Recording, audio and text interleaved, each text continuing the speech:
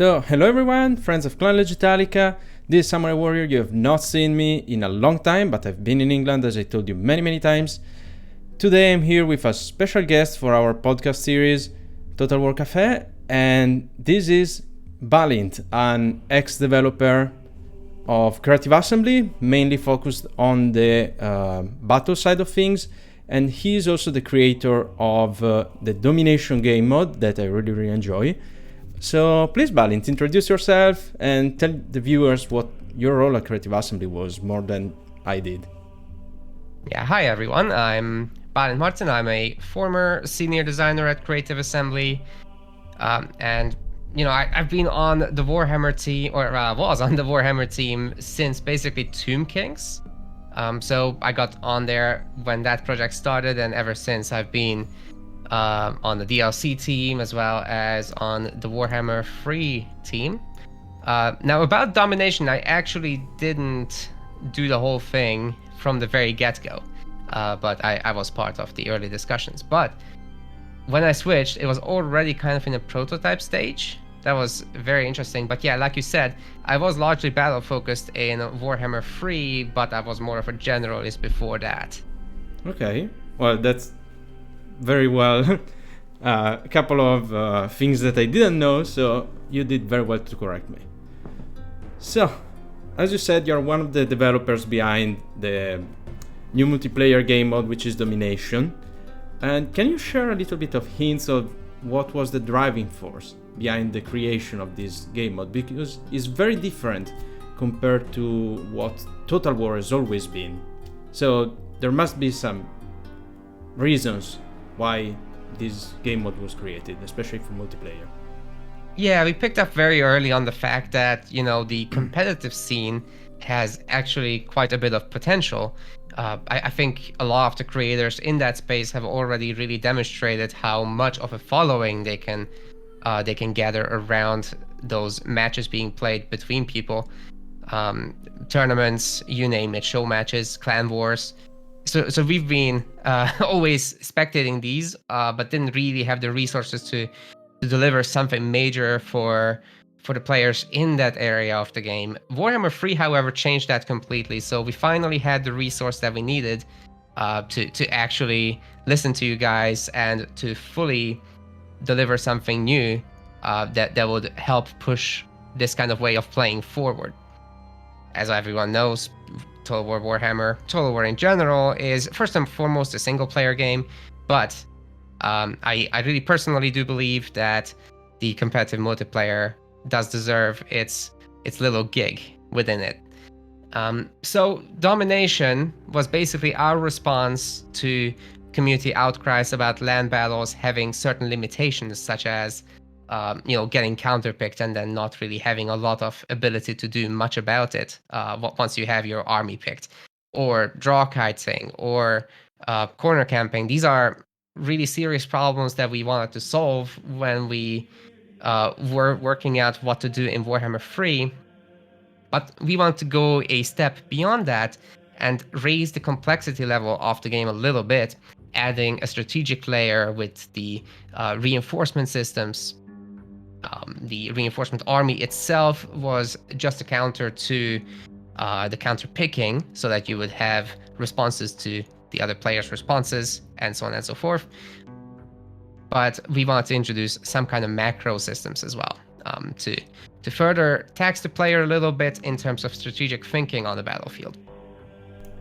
Well, did I answer all the questions here? Yeah, basically you did answer pretty much every question. Like, what was the driving force? Of course, you said there were a lot of big problems when, with Warhammer 2 and Warhammer 1 in general, like being counterpicked, the army being the deciding factor most of the times.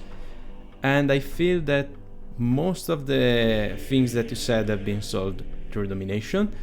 Of course, it's an iteration process, so no one expected, at least I wasn't expecting it to be perfect since the start, but I think now we're in a good spot. And you said one very important thing, that like the reinforcements. How did that idea came from? Because like this is very different. I've seen it's a very divisive idea almost, because there are things that people like about reinforcements, things that people don't like about reinforcements. So was there like an iteration process that led to let's have reinforcements that can be summoned?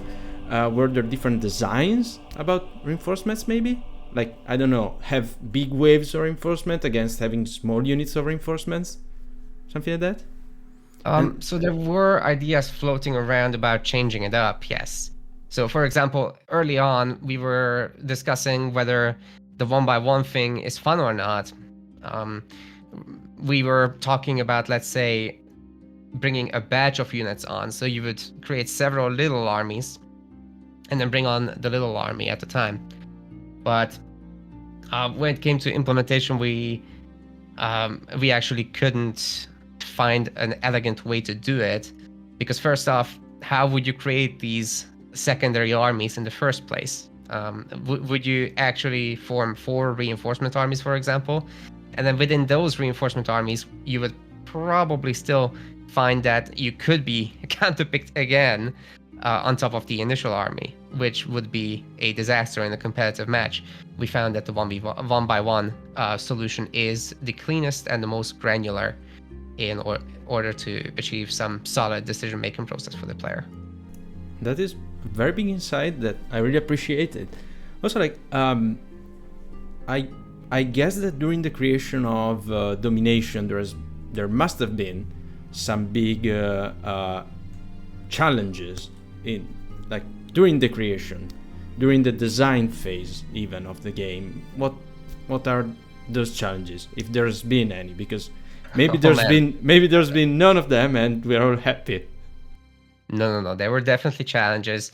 The map designs, for example. So I know these ended up being divisive in the final state, but basically what we wanted to achieve at a high level, and sadly we couldn't make as many maps as we wanted. So we delivered only 4 new types of maps that were handcrafted for Domination. What we wanted to do there was lean into this whole design around further complexity, further player agency a little bit more. So we created a lot of spaces with cover, with negative spaces, with high grounds for your little artillery platforms, stuff that you could use and abuse by positioning your units in a smart way, right? But Absolutely. I know it ended up being divisive. There were a lot of choke points, which in a way it is strategic gameplay, but at the same time, it kind of ended up leading to a lot of blobbing, not just around capture points, but also around choke points in general. And that becomes problematic when you, in Total War, typically speaking, want to have a battle line versus battle line kind of combat system. So that didn't end up being as good as we hoped, but it was an experiment nonetheless. And, you know, as you guys have seen, there's a lot more land battle maps being converted into Domination maps these days. Fairly sure that trend will continue. No, there's also like a big push towards fan-made map. I don't know if you saw that, but Turing just induced a competition where like people creating new maps, and we have seen a lot of very interesting designs. Yes. Mainly revolving around very open spaces with some terrain features that can create a division, not so hard terrains, like for example hills or other things like that. More like light terrain features, I would call them, like forest, things like that. But I think that the idea, or at least trying to shake up a little bit the formula of a Total War and how the battles were fought, was actually pretty interesting. I really enjoyed some of the designs, but I'm a weird one. I'm a weird man, so that happens. I think there's no shame in trying and not succeeding. There's more shame in like not even trying about doing these things. And now there's like new maps that are coming, so everything is gonna be fine, at least in my opinion. Yeah, so, well, in my own old words that I actually got into some of the blogs, domination is going to keep changing, and the more feedback there is, the better CA can make these little circumstantial areas, right? So the maps, for example, like you said, there's the new community-made maps that Turin has been championing through his little contests of map making. They're now in a tournament package. So as an ex-CA employee, I can obviously say things like, I do hope that CA will in the future look at these things. Obviously, not being in there, it's easier for me to say stuff like that. I know that it would take away resources from other things, and it would be a challenge for CA to look after these, because it's not a one-to-one copy-paste to add it to the game. The actual dev teams, audio, environment art, technical art, level design, environment art, did I say them twice? Anyway, they would all have to take a look at these maps and make sure that they're vetted for the internal standards. Yeah, there's a lot more work than what we as players imagine under every small change in the game. I can absolutely understand that. Like, you nominated like yeah, you nominated like 3 to 4 different teams just in the like, oh, they need to check that nothing is broken and everything is okay. Just 4 or 5 teams because of that. That's right. So that's why it's never been trivial to even convert to land battle maps, because if you do change those things, everybody will want to recheck it. Okay, so even if they did it 2 days ago, they're gonna check it again. Correct. That's nice. At least there's some checking. Well, I guess we can go to the next one, which I think is gonna be one of the most interesting questions that we have in store today.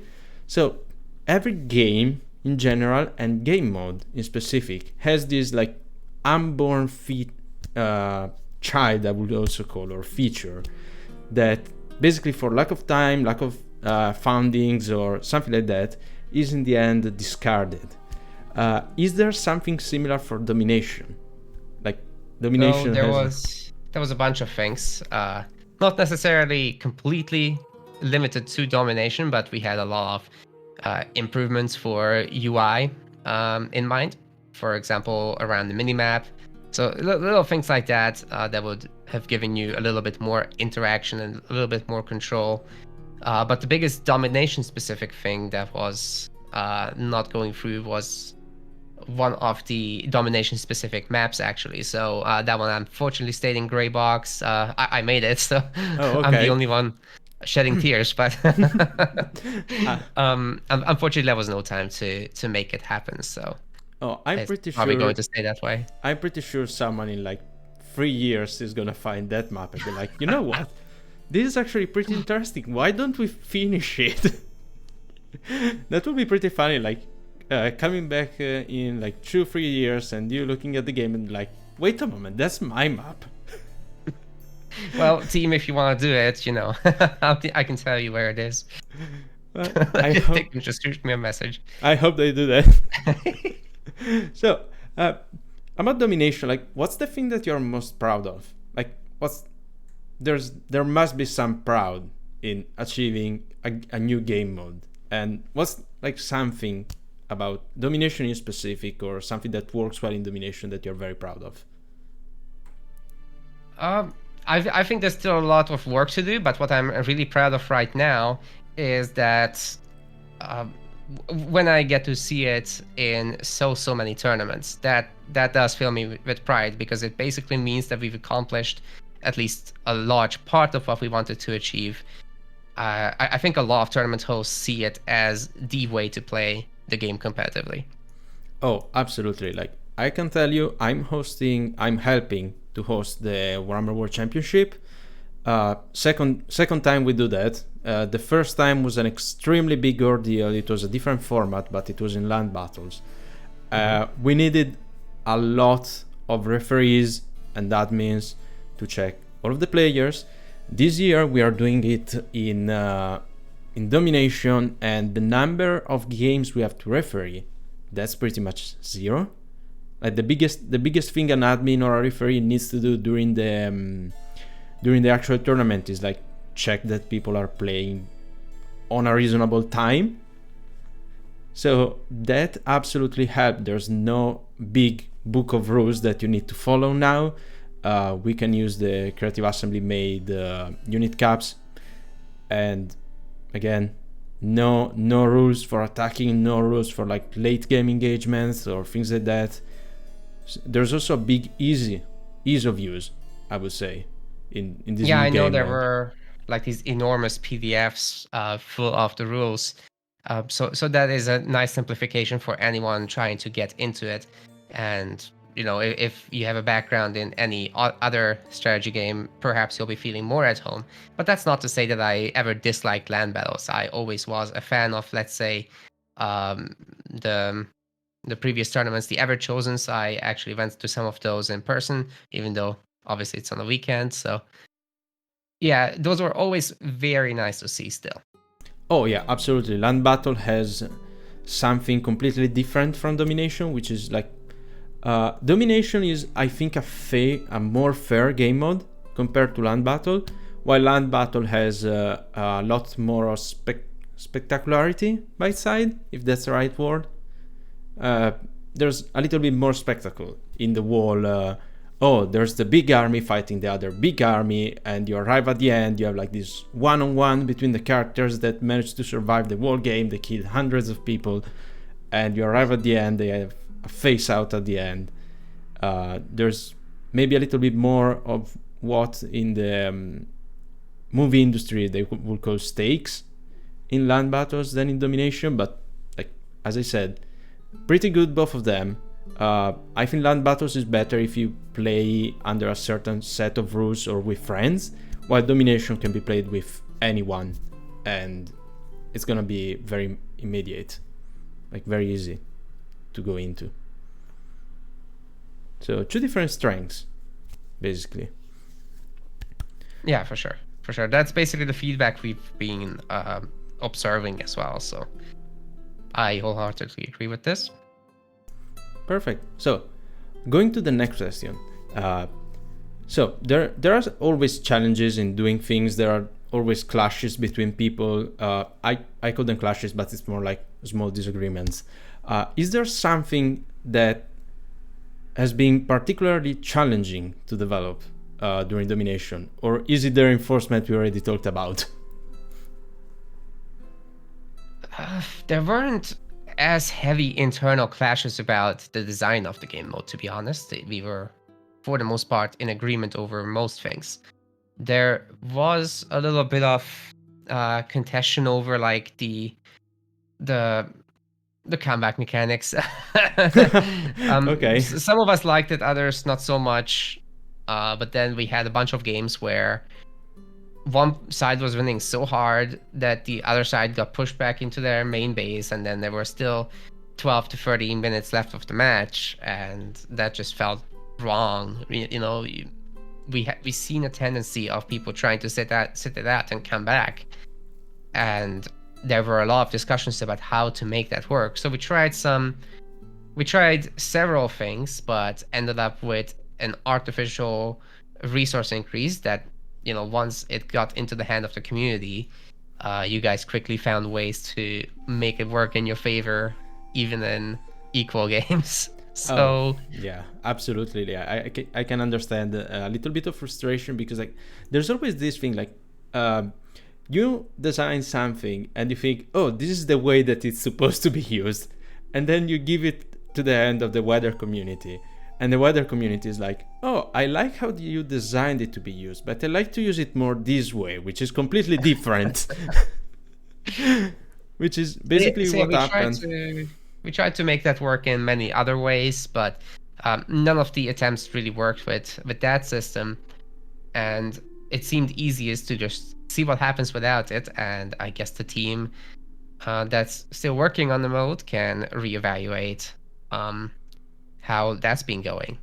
To be fair, I think that like the Total War community, especially the multiplayer one, needs to learn when it's time to quit, because like when you see other RTS, which is like Age of Empires or other big RTS games which have hundreds of thousands of dollars in prize pools, you can see players drop after 2 minutes from a game, if everything goes wrong. In the Total War community, we have still the idea that, oh, we need to play until the end. So there's this thing. Maybe it's a little bit of Total War community still young to these concepts also. Yeah, I played these games myself, so I'm very familiar with what you mean there. Maybe, but you can't predict the behavior of people in general, right? Like, people are going to do what people are going to do. And as a designer, you really just do your best to predict what that's going to be. If there is no hard win condition early on, and domination does require you to tick up all the way to 1,000 points now, which can take up to quite a bit, depending on how many capture points you have. So, yeah, that takes quite a bit. And in that space of time, open decisions are made. You can't go and destroy the other guy's base like in the typical RTS games. So there's no way to force anyone out. Oh, yeah.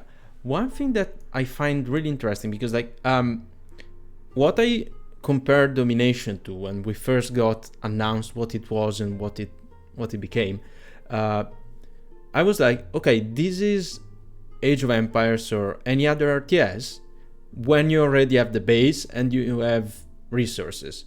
You're basically only dripping units out and fighting somewhere.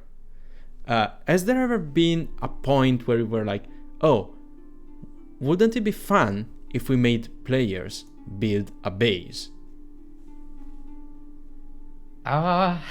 There were discussions about this, but to actually realize that would have been an even larger undertaking. I think we definitely wanted to keep the gameplay still in the proximity of what a land battle was, but with some extra flavor to it. Absolutely.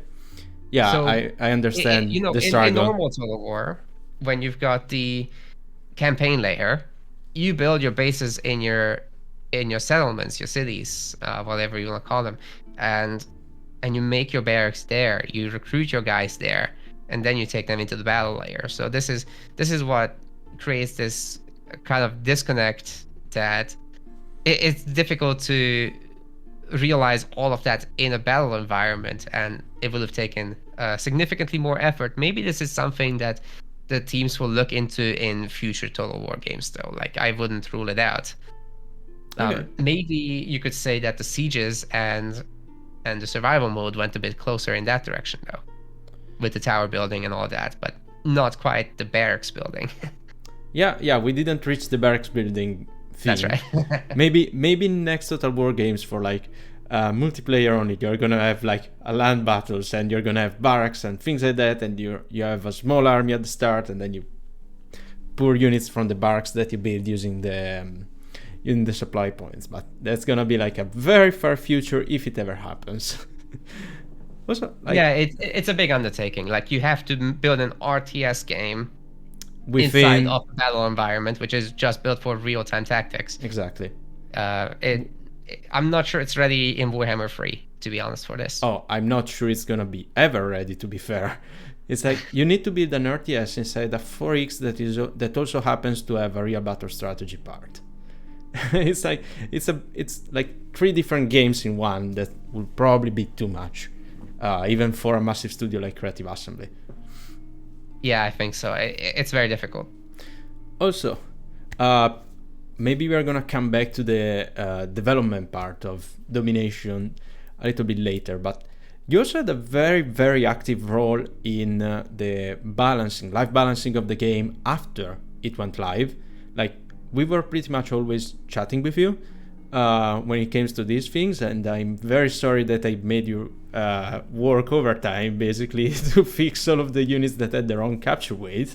But can you share something about how do you balance a game that's so massive? We have 23 factions, thousands of different units.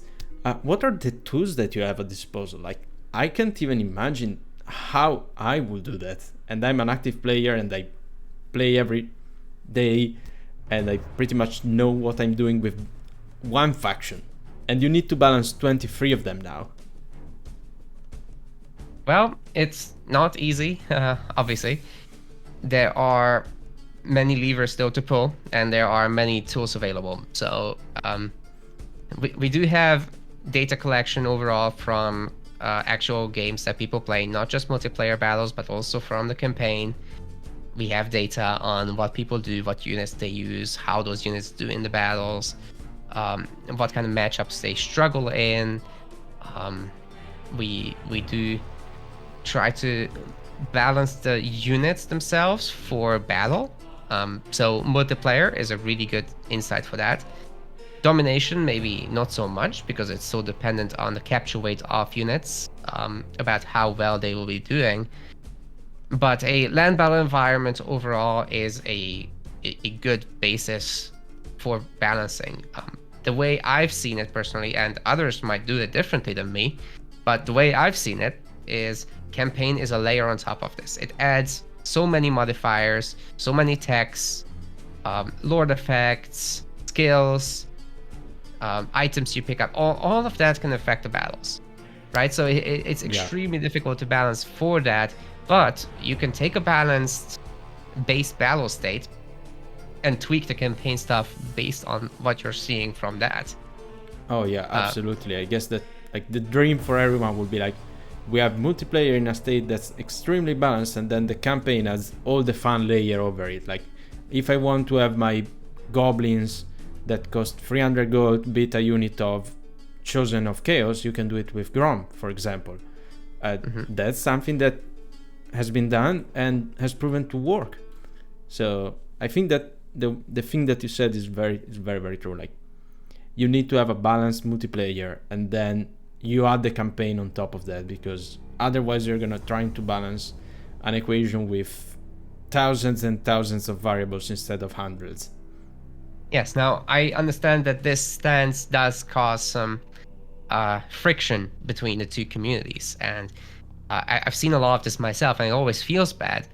But I think the most important thing to look at here is how we treat the situation when something is nerfed. So let's say, look at the ancient salamander situation, which, by the way, I know, we've brought it up. Yeah, it's almost fixed. It's almost fixed.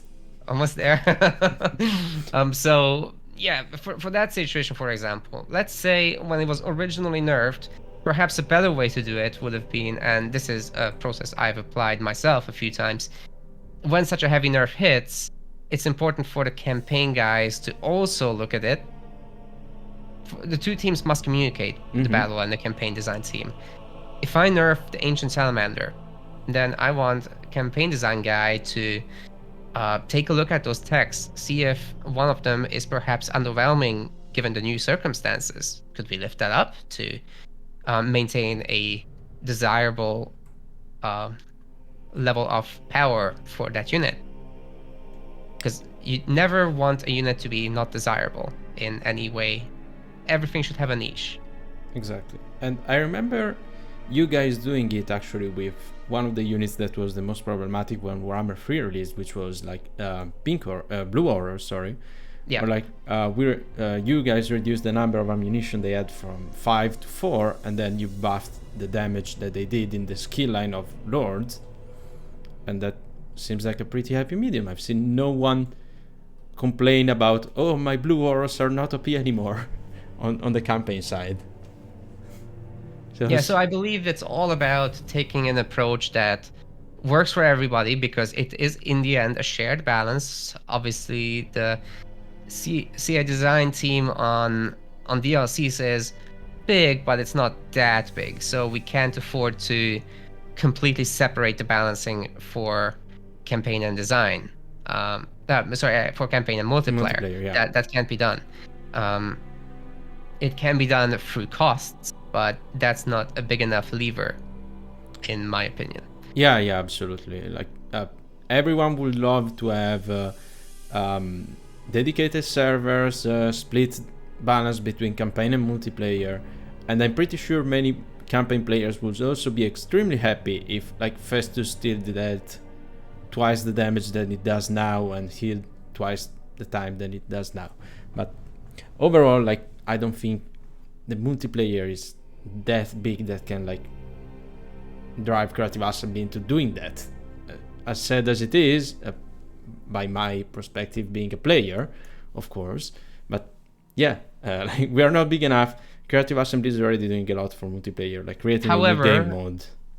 If you go back to my previous point, though, when I said that campaign is a layer on top of the base battle, then I believe that is already achieved in a way, maybe not in the way that people want, but it can do what people want. Oh yeah, of course. Like when the two teams that are designing the battles and designing the campaign are cooperating very well, like it happened, for example, for the Blue Horrors, the balance of multiplayer, especially now that the cost for recruiting a unit in multiplayer and single players are split, can be completely, like, can be made, the true balancing, without hindering the other game mode, in my opinion. Like, for example, the last one was like, oh, Lord Croc didn't have any delay on his spells after he casted them, and now he has them. I've seen no one complain about it, for example. That's one thing. Yeah, sure. I think that's a smaller thing. Like, it would be seen as a bug by most. Oh yeah, absolutely.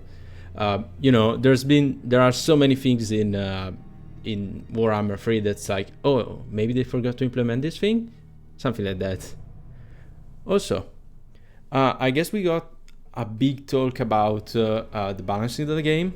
At one point, do you point to balance the win ratio of the factions or of the specific matchup? When you start doing something like that? Because I would start from balancing the win ratio of the factions and then being like, okay, this matchup is very problematic, let's see what we can do. But I understand that's not always the approach.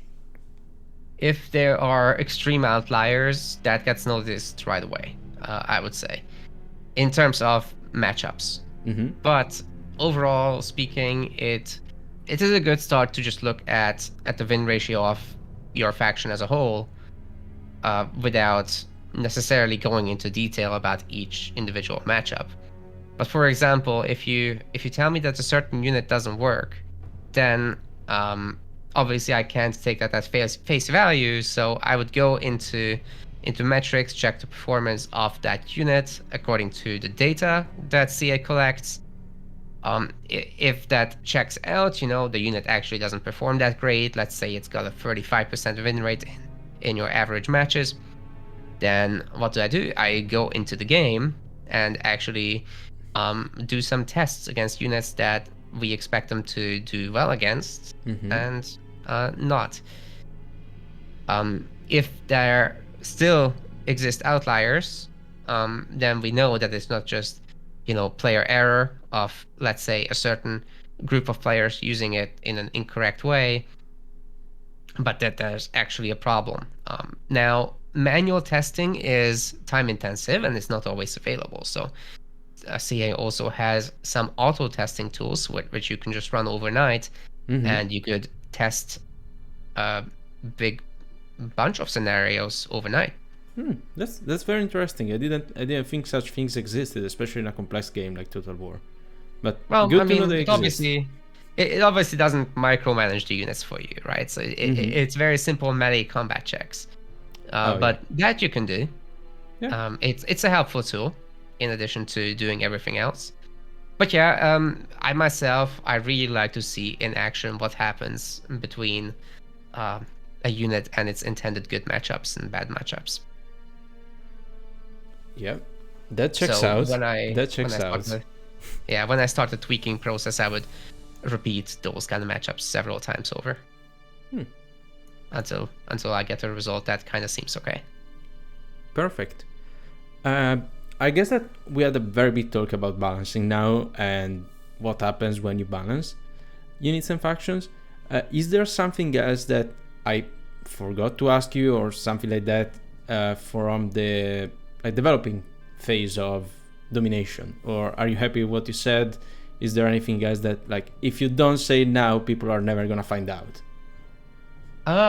Not so much about domination, but I think there was an that was an interview with our game director Ian Roxburgh where he actually briefly alluded to the enhanced multiplayer that we had to cut. It was the biggest pain point for him. He said.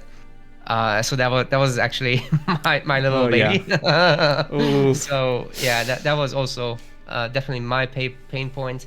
I was researching other games that handle multiplayer in a really clean way. MOBAs, RTSs, shooters, you name it. I've looked at everything. And we tried to design essentially a set of systems, both front end and in match, that would help lift up the multiplayer community and create a more social experience. But I'm afraid there was no time to fully realize this vision due to we had scheduling problems, and well, I'm sure you guys have seen. There's no need to go. Date. Yeah. There's no need to go too much in details. Like everyone knows that there was a lot of, I guess, time problems, scheduling problems. The game, of course, had to be released because every company needs to answer always to God money. So that's it. Yeah, so the game had to go out. We had to make sure that the different platforms work, and that platform work was actually the toughest part and needed the support of our multiplayer coders. So that's what happened here, sadly.